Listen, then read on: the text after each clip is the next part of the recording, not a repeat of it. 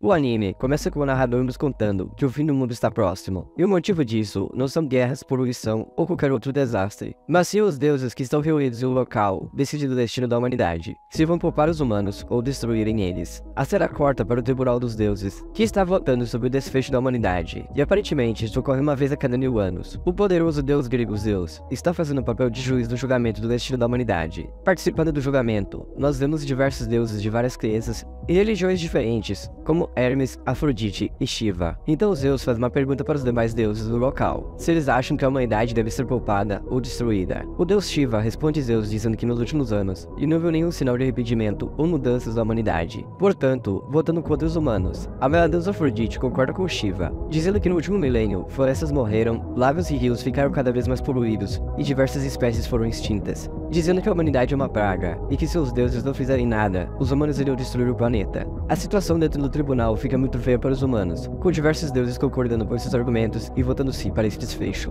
Quando Zeus está prestes a bater o martelo e oficializar essa decisão, nós ouvimos um grito vindo da plateia, pedindo para Zeus esperar. Era a voz da Valquíria chamada Brunilda, que estava junto de sua irmãzinha Gal. A Valquíria não é uma deusa, e sim uma semideusa. Brunilda diz para os deuses que essa decisão é justa. Entretanto, ela queria mostrar a piedade dos deuses e dar uma chance aos humanos de provarem o seu valor, através de uma batalha de humanos contra deuses, o chamado Ragnarok. Brunilda citou que Ragnarok estava na constituição dos deuses, e deveria ser seguida como lei. Então o narrador explica que Ragnarok é uma batalha de 1 contra 1, envolvendo 13 humanos e 13 deuses, e o lado que atinge 7 vitórias primeiro vence. Se os vencedores forem a humanidade, eles poderão viver por mais 1000 anos. Os deuses e a plateia começam a debochar da Valquíria, porque acham impossível um humano vencer um deus em uma batalha. E essa lei do Ragnarok nunca havia sido aplicada antes da história, estando ali mais como uma piada interna entre os deuses. Brunilda usa da velha e boa ironia e pergunta se os deuses estavam com medo dos humanos. E também é comentado que essa Valquíria tem muita coragem de falar assim como os deuses. Todos riem e ficam com raiva, enquanto Zeus acaba aceitando com certa empolgação, e diz que vai ser muito interessante assistir esse confronto de deuses e homens. O juiz deixa a cargo de Brunilda a tarefa de escolher os 13 guerreiros mais fortes de toda a história da humanidade. Zeus também revela que Brunilda já foi humana no passado, e talvez seja esse o motivo dela querer ajudar a humanidade. A cena seguinte mostra a grande arena flutuante de Valhalla, que já está lotada com todos os deuses e a torcida dos humanos. Então vemos que Heimdall vai ser o responsável por narrar a batalha e apresentar os lutadores de ambos os lados. Ele explica para todos que a disputa só acaba quando um dos lutadores morrer, e logo após isso apresenta o primeiro deus a lutar, Thor, com seu martelo Mjolnir, sendo descrito por Heimdall como o mais poderoso deus nórdico. Logo vemos o representante dos humanos, Rubu, um guerreiro lendário da China antiga, conhecido por ser o mais forte de toda a história daquele país. Antes da batalha começar, a Valquíria Brunilda anda pela arquibancada do local e vê um monge orando para o seu deus, e ela diz para ele que nessa ocasião os deuses são os inimigos. Brunilda mantém uma postura confiante de que eles vão sair com a vitória, mas a sua irmã Gal está pessimista e com um certo medo do que vai acontecer. Rubu chega na batalha montando em seu cavalo chamado de Lebre Vermelha. O representante da humanidade salta do cavalo e invoca uma lança para fazer frente contra o martelo do Thor. Na arena, Rubu e Thor estão se encarando calmamente e parecendo estar sem preocupações, enquanto toda a plateia fica impressionada com os dois guerreiros. A batalha começa com Rubu indo para cima e lançando um forte golpe de sua lança contra o deus. Ambos saltam para trás após o golpe, e o narrador nos diz que Thor e Rubu compartilham de uma característica em comum, força bruta. Esses dois pesos pesados eram conhecidos por acabar com seus inimigos usando somente um único golpe, e todos se impressionam por eles estarem empatados.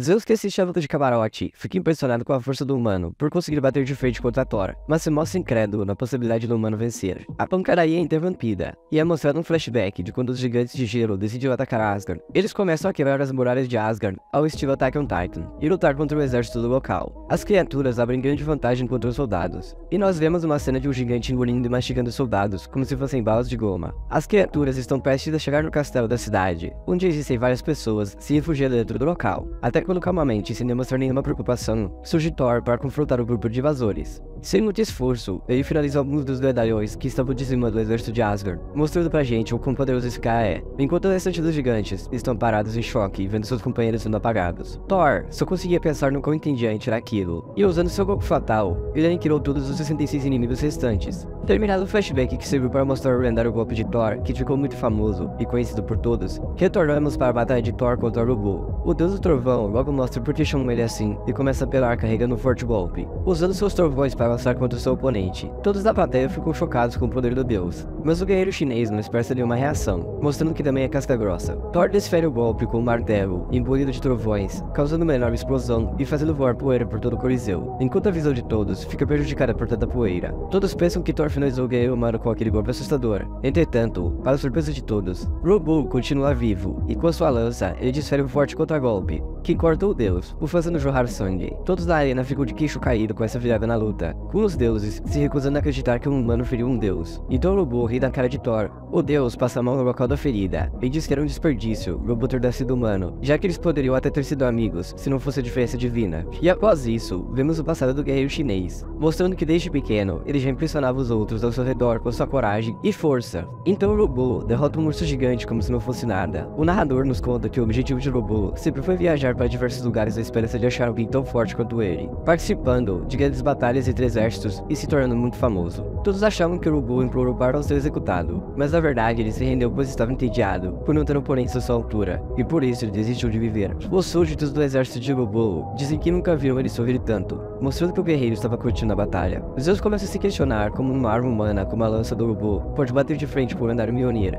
E logo ele percebe que a Valkyria Brunilda, antes da batalha começar, deu uma arma divina para o humano ter uma chance de vencer Thor. E nós vemos que no passado, Brunilda e sua irmã entraram em contato com outras Valkyrias para pedir ajuda nessa missão. E assim que essas armas divinas eram feitas, a partir de uma das 13 Valkyrias, que se transforma em uma arma e leva consigo seus poderes e a sua força para o objeto, ajudando assim um guerreiro que a empunha. A lança do humano começa a brilhar em um amarelo dourado, e todos da plateia descobrem que na verdade aquela arma é uma das 13 Valkyrias, irmãs de Brunilda. E nos é mostrado como foi essa transformação na arma. O narrador fala de uma lenda que diz que o martelo de Thor é tão poderoso e quente que até mesmo seu dono precisa usar luvas especiais para empunhar a arma sem se machucar. E com um golpe de sua lança, Robo consegue quebrar uma das luvas de Thor em vários pedaços, emitindo uma luz azul e deixando todos os humanos da arena em euforia. Erinys, que está ao lado de Zeus assistindo a luta, cita que o trabalho das Valkyrias era guiar as almas dos melhores guerreiros para o céu, para criar um exército que sirva os deuses, e acrescenta que há boatos de que elas fazem isso na verdade não para servir os deuses, e sim para criar guerreiros que rivalizem com eles. Zeus, numa cena cômica, ao ouvir Erinys dizer isso, fica ainda mais feliz e se apaixona por Brunilda, mandando beijos para ela. Que o martelo de Thor acaba caindo no chão após o golpe, e para surpresa de todos, ele começa a rachar e se revela como sendo um ser vivo e tendo consciência própria.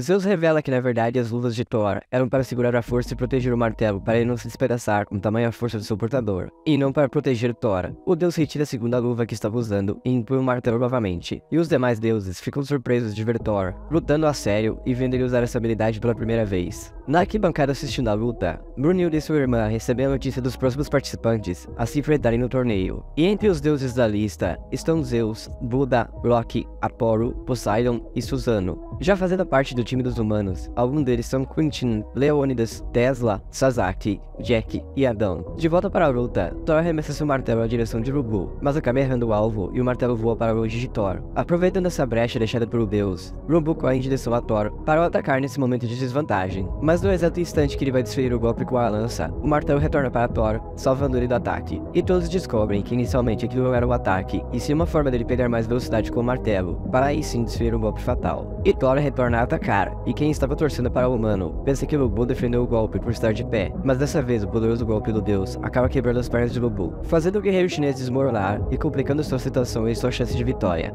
Mas graças à torcida dos humanos, que estavam assistindo a luta, Robo consegue motivação suficiente para se levantar e continuar com a luta. O guerreiro sobe em cima da sua montaria para continuar lutando mesmo com as duas pernas quebradas. E Zeus comenta que o guerreiro chinês e o seu cavalo eram unidos como um só. Então vemos uma pequena cena do passado de Robo, onde em cima de uma montanha, ele praticou seu golpe supremo por vários dias e noites, quebrando diversas de suas lanças no processo. E depois de centenas de tentativas, ele rasgou ao meio uma das nuvens do céu e aperfeiçoou o seu golpe mais forte. O guerreiro começa a cavalgar em alta velocidade em direção a Thor, e ambos preparam seu melhor ataque para decidir tudo. A colisão entre os dois foi tão forte que causou um clarão em todo o Coliseu, impressionando todos que estavam assistindo. Logo após isso, nós vemos que Thor saiu vitorioso desse confronto, com Robo ficando gravemente ferido e a arma se quebrando, fazendo com que a Valkyria que estava transformada morresse. Em suas últimas palavras, Robo disse que se esforçou ao máximo e deu tudo que tinha, sendo finalizado com um sorriso no rosto, por finalmente ter enfrentado um oponente digno. E o primeiro confronto termina com a vitória dos deuses.